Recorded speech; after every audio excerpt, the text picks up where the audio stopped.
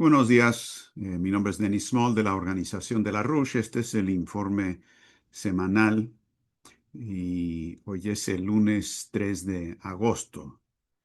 El tema que vamos a tratar hoy se puede resumir bajo el encabezado de los cañones de agosto, Gibraltar y Ceuta. En ese orden. En cuanto a los cañones de agosto, simplemente les comunico lo que dijo Helga Sepp-LaRouche ayer en una discusión eh, internacional donde dijo muy simplemente, el mundo se encamina hacia la tormenta perfecta. Si se permite que esto continúe, pronto estaremos todos en el infierno. Ahora, esto no es ninguna exageración. Tenemos una situación donde tanto la situación de Irán como la situación de Ucrania están avanzando y especialmente no solamente se están combinando en una sola guerra, siempre lo habían sido en cierto sentido, pero ahora ya más directamente, sino que en ambas situaciones hay pasos que se están dando que incluyen directamente a Estados Unidos en los ataques militares como tales, lo que tiene consecuencias, implicaciones estratégicas. Primero, el 26 de julio, hace más o menos una semana, Rusia informó que habían atacado, como habían prometido que harían, una fábrica de producción de drones en Kiev, como parte de los ataques que están haciendo, todos militares y de inteligencia. Pero resulta que esta fábrica es una compañía norteamericana de Estados Unidos. Eh, y seguramente los rusos sabían esto perfectamente bien. Acordémonos lo que había dicho el Ministerio de Defensa de Rusia, si no me equivoco, fue el 15 de abril, cuando dijeron que ellos tenían identificados 12 países con 21 fábricas de producción de drones, 12 países en Europa, y que de aquí en adelante, del 15 de abril en adelante, estos se considerarían como blancos militares apropiados, ya que se están produciendo las armas con las que se está atacando directamente a territorio ruso y territorio muy adentro de Rusia. Eso fue el 26 de julio que ocurrió eso. Y luego en una situación relacionada más directamente a la guerra de Irán, el 29 de julio, un barco norteamericano que estaba en el puerto de Damietta, en Egipto, fue blanco de un ataque con drones. Ahora, inmediatamente Israel y otros dijeron que era un dron de Irán, pero Irán dijo que absolutamente no habían sido ellos. Ellos siempre identifican claramente si tienen responsabilidad o no. Y el mismo canciller de Irán, Araghchi, dijo que esto le parecía más bien un ataque realizado por Israel con bandera falsa, con la intención de tratar de involucrar a Estados Unidos directamente en un ataque por parte de Irán, que no había ocurrido. Em, Estos dos incidentes pequeños en la escala militar como tal, en cuanto a evaluación estratégica, cobran un sentido más importante porque es un avance cualitativo de lo que está ocurriendo en estos dos teatros que se han vuelto un solo teatro de guerra, que son Irán y Ucrania. Ahora, a esto tenemos que sumar esta semana otro teatro de guerra que se está sumando a lo que es un ataque global, una guerra global, y es lo que ha ocurrido y está ocurriendo en torno a Gibraltar, eh, que es uno de los cuellos de botella muy importantes en todo el comercio marítimo internacional.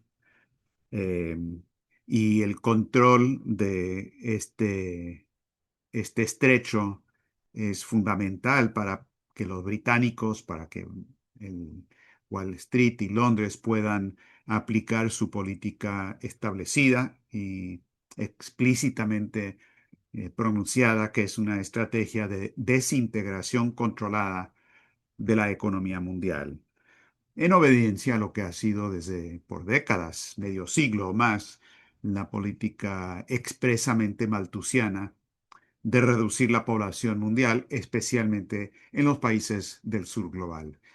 Y si queremos entender las causas reales de las cosas que se están viendo y ocurren, es necesario remitirnos a esas políticas, las políticas malthusianas expresadas por un príncipe Felipe, por Bertrand Russell, por supuesto por Malthus, pero también el caso que se identificó en varias ocasiones en la mesa redonda de la IR que realizamos el viernes pasado, el plan Paddock, refiriéndonos a William Paddock, un agrónomo de la Fundación Rockefeller, que presentó una política en los setentas, que fue la política adoptada por el Departamento de Estado, de cerrar la frontera con México, dejar que chillen para reducir la población mexicana a la mitad. Eso es textualmente lo que dijo Paddock.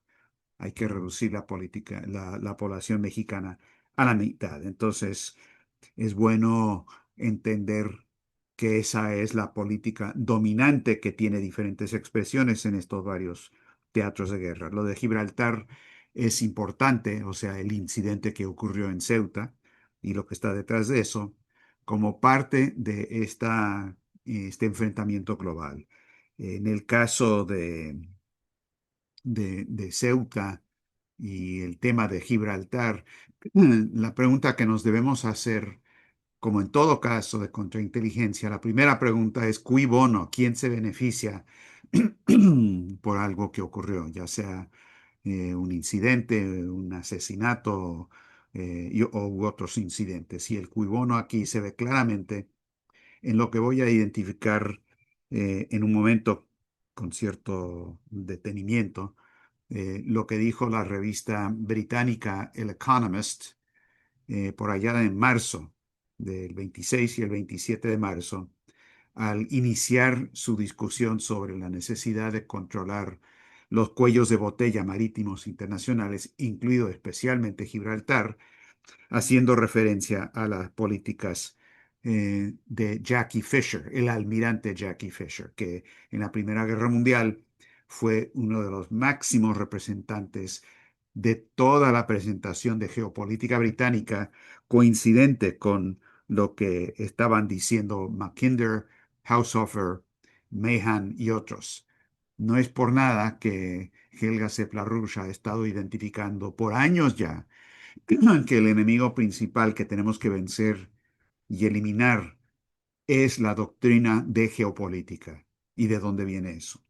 Entonces, eso es a manera de una visión resumida, el cuadro estratégico en este momento, y es el tema que abordamos en la reunión de la mesa redonda de la IR junto con la reunión de la Coalición Internacional por la Paz este viernes pasado, 31 de julio, donde en dos sesiones bastante amplias con la participación de 18 ponentes de 14 países diferentes, es decir, se dieron cita representantes de 14 países para hablar del tema central de la inmigración y cómo abordarlo desde la perspectiva que, entre otros, el Papa presentó en su encíclica. Es decir, cómo combatir esta política de geopolítica, pero la política de desintegración controlada, la política malthusiana, que es lo que está detrás de la orientación actual del gobierno de Trump con el tema de la inmigración y también de los países europeos.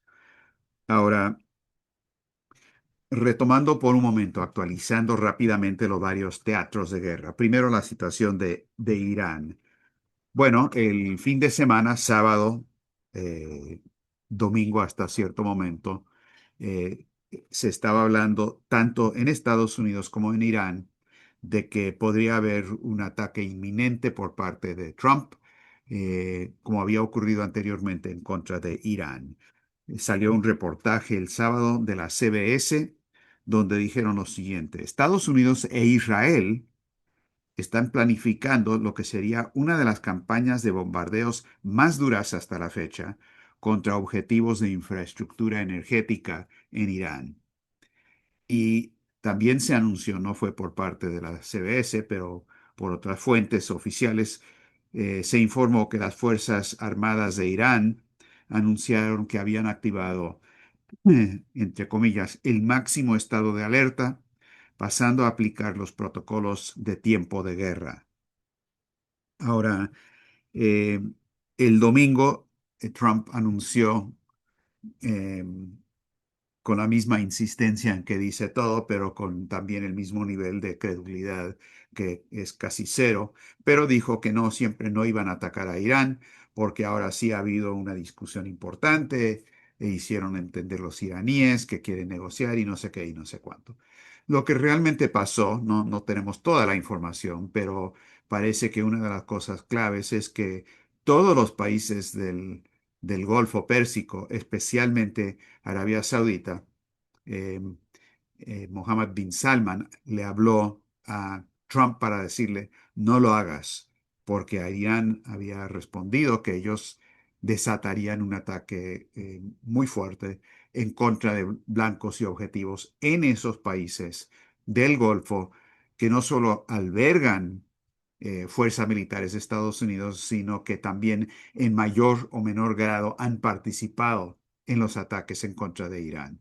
En mayor grado, Emiratos Árabes Unidos, un poco menos Arabia Saudí, que no ha atacado a Irán directamente, pero sí ha participado en ataques en Irak y cosas por el estilo. Pero en fin, entre otros, Mohammed bin Salman, de Arabia Saudita, y otros hablaron por teléfono con Trump para decirle, mira, ¿sabes qué? No lo hagas, por favor. También había presión de que hay muchas indicaciones que hay problemas de armamentos y municiones en Estados Unidos.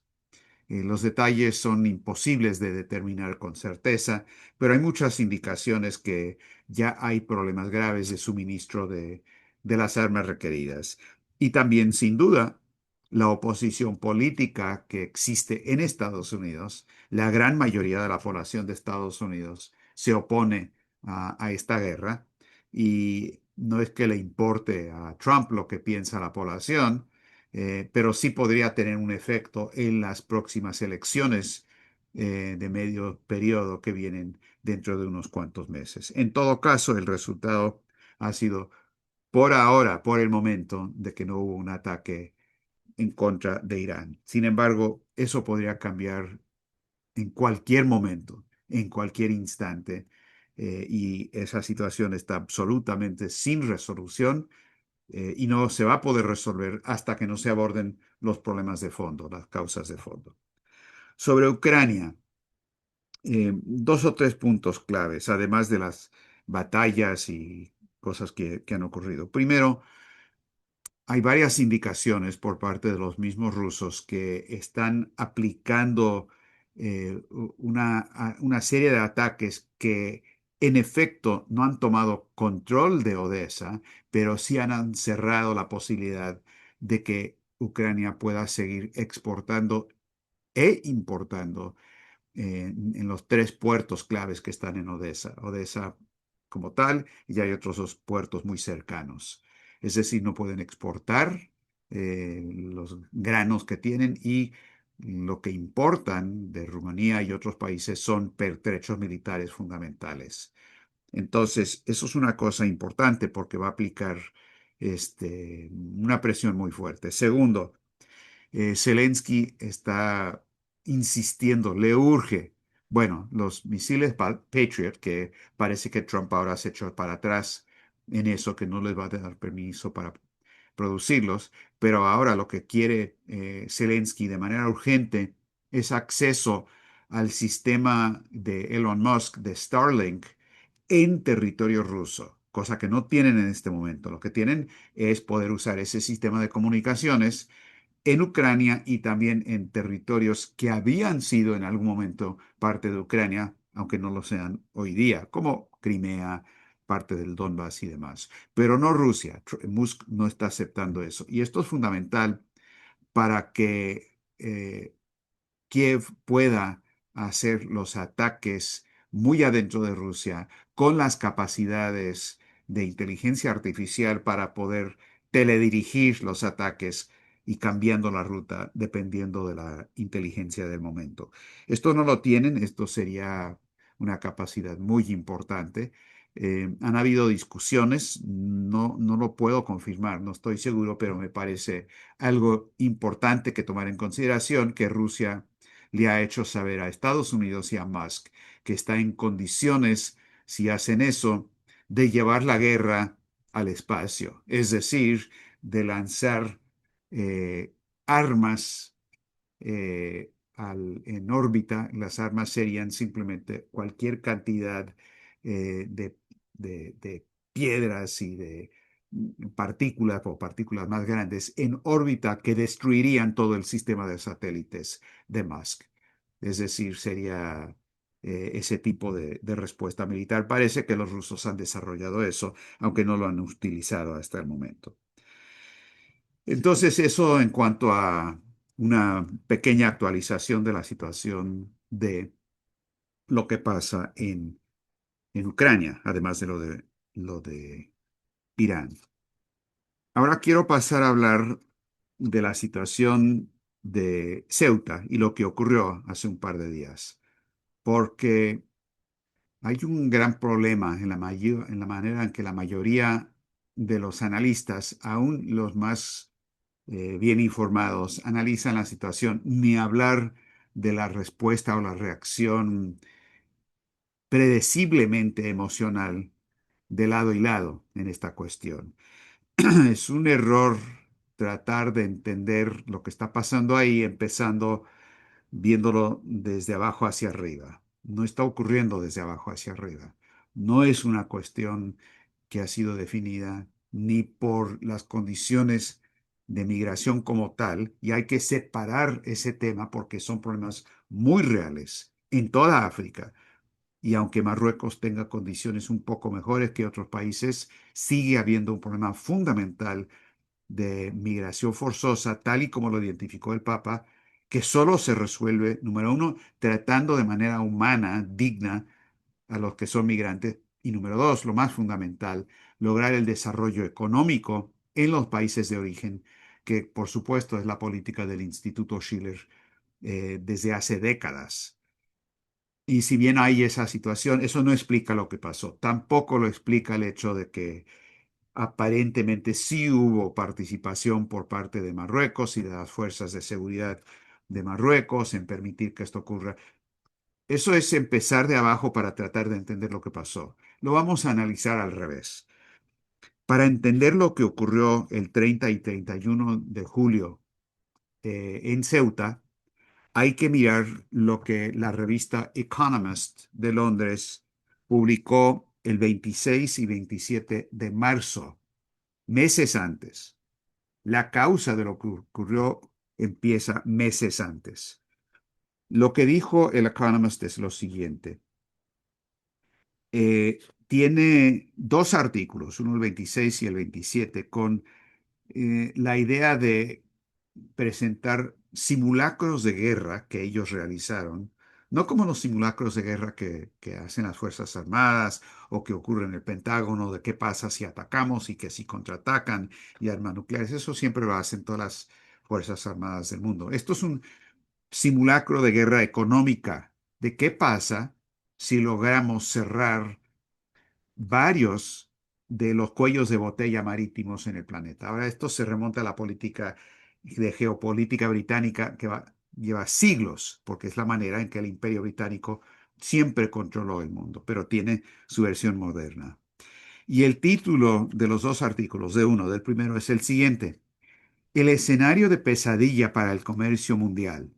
Según nuestro análisis, podría haber bloqueos peores que el de Estrecho de Hormuz. Dicen muy contentos. Y el primer artículo empieza con lo siguiente. Dicen, y esta es una cita que ponen: cinco claves estratégicas encierran al mundo, declaró Sir Jackie Fisher, un almirante victoriano. Por el momento ellos no lo identifican más. Ahorita les voy a decir quién es. Pero sigue el Economist. Se refería a los lugares que controlan vías navegables críticas: Singapur, Ciudad del Cabo, Alejandría, Gibraltar y Dover. Hoy en día, dice el Economist, sin duda se añadirían a la lista la diminuta isla de Hormuz y el estrecho que lleva su nombre.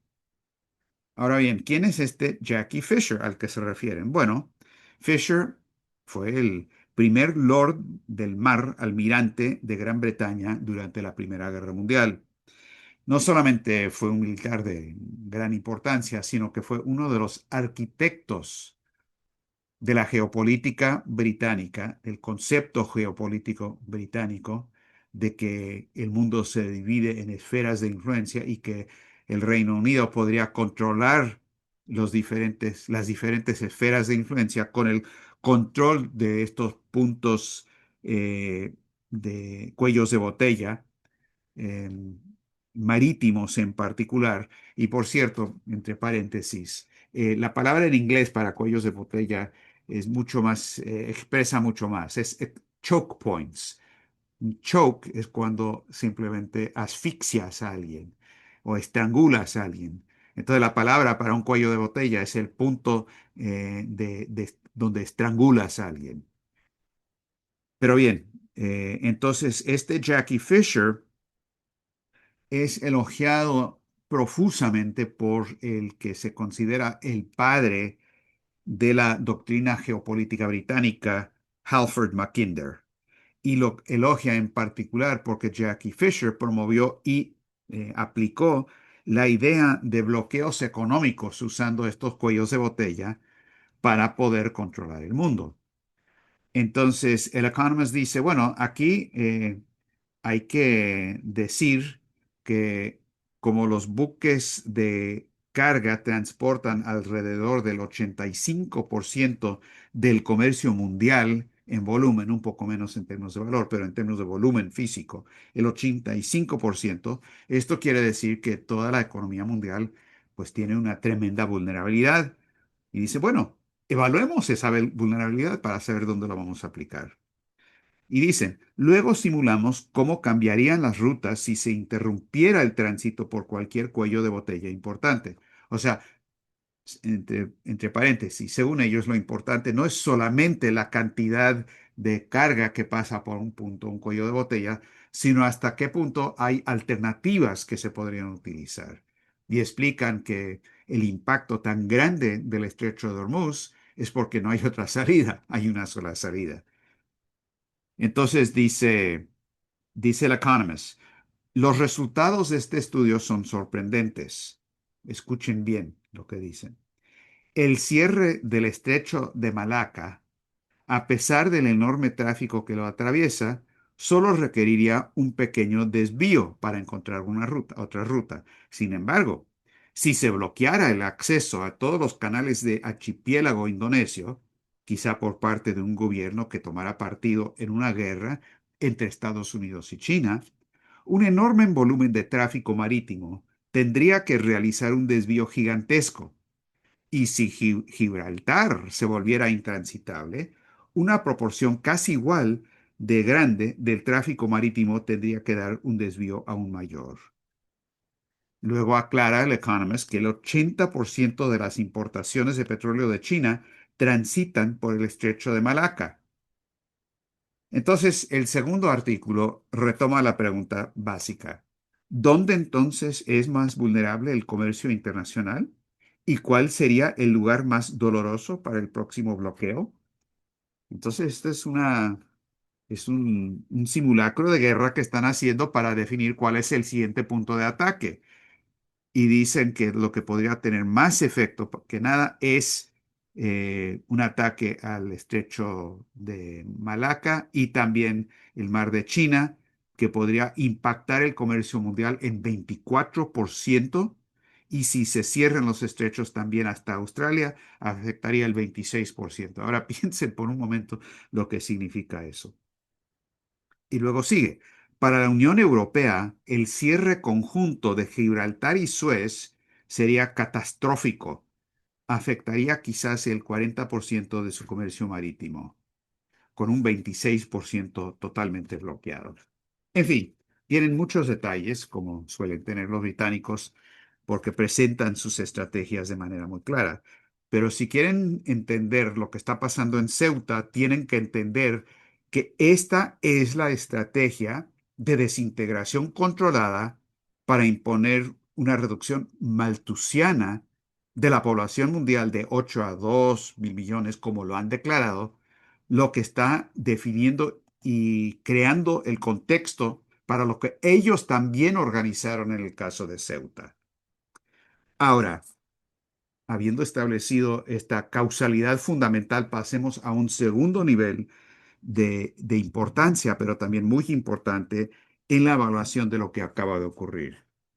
Y esto tiene que ver con un grupo de neoconservadores en Estados Unidos, en el Congreso, en instituciones como el American Enterprise Institute, la AEI, de los neoconservadores a ultranza, los que nunca han encontrado una guerra que no les encantó, la gente como Lindsey Graham y otros. Pero se trata en este caso de un experto sobre esta región que se llama Michael Rubin. Ahora, Michael Rubin es un investigador principal del American Enterprise Institute eh, y también muy conocido como un portavoz 100% a favor del sionismo y el gobierno actual de Netanyahu. Él escribió un artículo el 16 de marzo del 2026, donde básicamente insta a Marruecos a tomar Ceuta y Melilla también, pero a tomar Ceuta en particular por la fuerza. Dice lo siguiente, cita de Michael Rubin. Los marroquíes deberían reunirse, enviar excavadoras a la frontera y luego entrar en Ceuta y Melilla desarmados para izar la bandera marroquí. ¿Ok? Eso es lo que él está proponiendo. Ahora, también en Estados Unidos, en el Congreso de Estados Unidos, con esta misma línea, han habido congresistas que han hablado, pedido lo mismo. Díaz Balart, un cubano americano de Florida, que también obviamente quiere tumbar el gobierno cubano, el venezolano, etcétera, etcétera. Pero también es muy interesante que el mismo Yair Netanyahu, el hijo de Benjamín Netanyahu, en el 2019 puso un tuit, o más bien en X, escribió con un mapa que puso de Ceuta y Melilla, dijo, queridos árabes y musulmanes, ¿quieren liberar los territorios árabes islámicos ocupados? Aquí tienen un buen punto de partida. Es decir, no nos vengan con cuentos de que hay un problema en Palestina o Gaza o que estamos haciendo eso. Si quieren hacer eso, simplemente quítenle Ceuta y Melilla a los españoles. Ahora, también es de notar que Marruecos, que es un país complicado, como muchos países de la región que viven en un mundo complicado, por un lado eh, tienen relaciones y han estrechado relaciones con China, con Rusia y demás, pero también tienen una relación muy estrecha con Israel, que incluye acuerdos militares de suministros y compra de armas de Marruecos a Israel de más o menos 1.000 millones de dólares, que también tienen que ver en esta situación. Ahora, lo menos importante de todo para entender el cui bono es tratar de analizar lo que un individuo de seguridad de Marruecos pudo haber hecho o no hecho. La gente le presta mucha atención a eso, se emocionan enormemente. Por el otro aspecto muy importante estratégicamente de este asunto, que es perfilar las diferencias y lograr un rompimiento y escisiones más grandes todavía en el mundo. Están manipulando intencionalmente lo que ellos mismos crearon, como lo han hecho en muchas ocasiones los británicos con estos problemas fronterizos, para que la gente se tome partido. Lo último que uno debe hacer en estas situaciones es tomar partido, porque con eso uno pisa el palito y es, quiéralo o no, sujeto a la manipulación de los británicos en esta situación. El papel del Instituto Schiller, el papel de la IR el papel del movimiento LaRouche nunca ha sido ni va a ser tomar estas situaciones y eh, y aceptarlas y tomar partido. Llámese India, Pakistán, llámese Venezuela, Guyana, llámese Polisario y Sahara Occidental, todo eso. Todo eso es parte del guión británico para manipular la situación. Ahora, también hay varias razones inmediatas que se aprovecharon para poder atacar a España en este momento para crearle un problema, entre otras cosas, por lo que el Papa hizo en España con la visita ahí y el papel perdón, que jugó el Papa con el tema de la inmigración para crearle un problema a España y tuviera que dar marcha atrás a lo que ellos anunciaron recientemente, que es una política sensata de tratar de estabilizar la situación de los indocumentados que tienen. También un castigo a España por lo que hicieron con el caso de Irán, es que no permitieron el uso de las bases militares en España de la OTAN, Rota y Morón, como parte de esta guerra. También la política de Sánchez de criticar el genocidio en Gaza y su política de reconocimiento de Palestina. Todo eso lo hizo. Ahora, detrás de esto hay una política ya establecida y anunciada por gente como Michael Rubin, que va un poco más allá, que es la idea de que lo que habría que hacer para verdaderamente controlar Gibraltar, el estrecho de Gibraltar, dice él, tenemos un problema. Por un lado, tenemos a los británicos que tienen Gibraltar, pero el problema que tenemos es que por el otro lado del estrecho hay una base militar española en Ceuta. Si logramos que Ceuta y Melilla se entreguen a Marruecos y logramos entonces lo que Marruecos también ha ofrecido, la posibilidad de establecer una base de la OTAN en Marruecos, llámese Ceuta o en otro lugar, eso ya establecería, dice Rubén, el control total estadounidense y británico del estrecho de Gibraltar. Y propone Rubin explícitamente, y no es un individuo que está hablando, es toda una orientación política, que Estados Unidos debería cerrar sus actividades en Morón.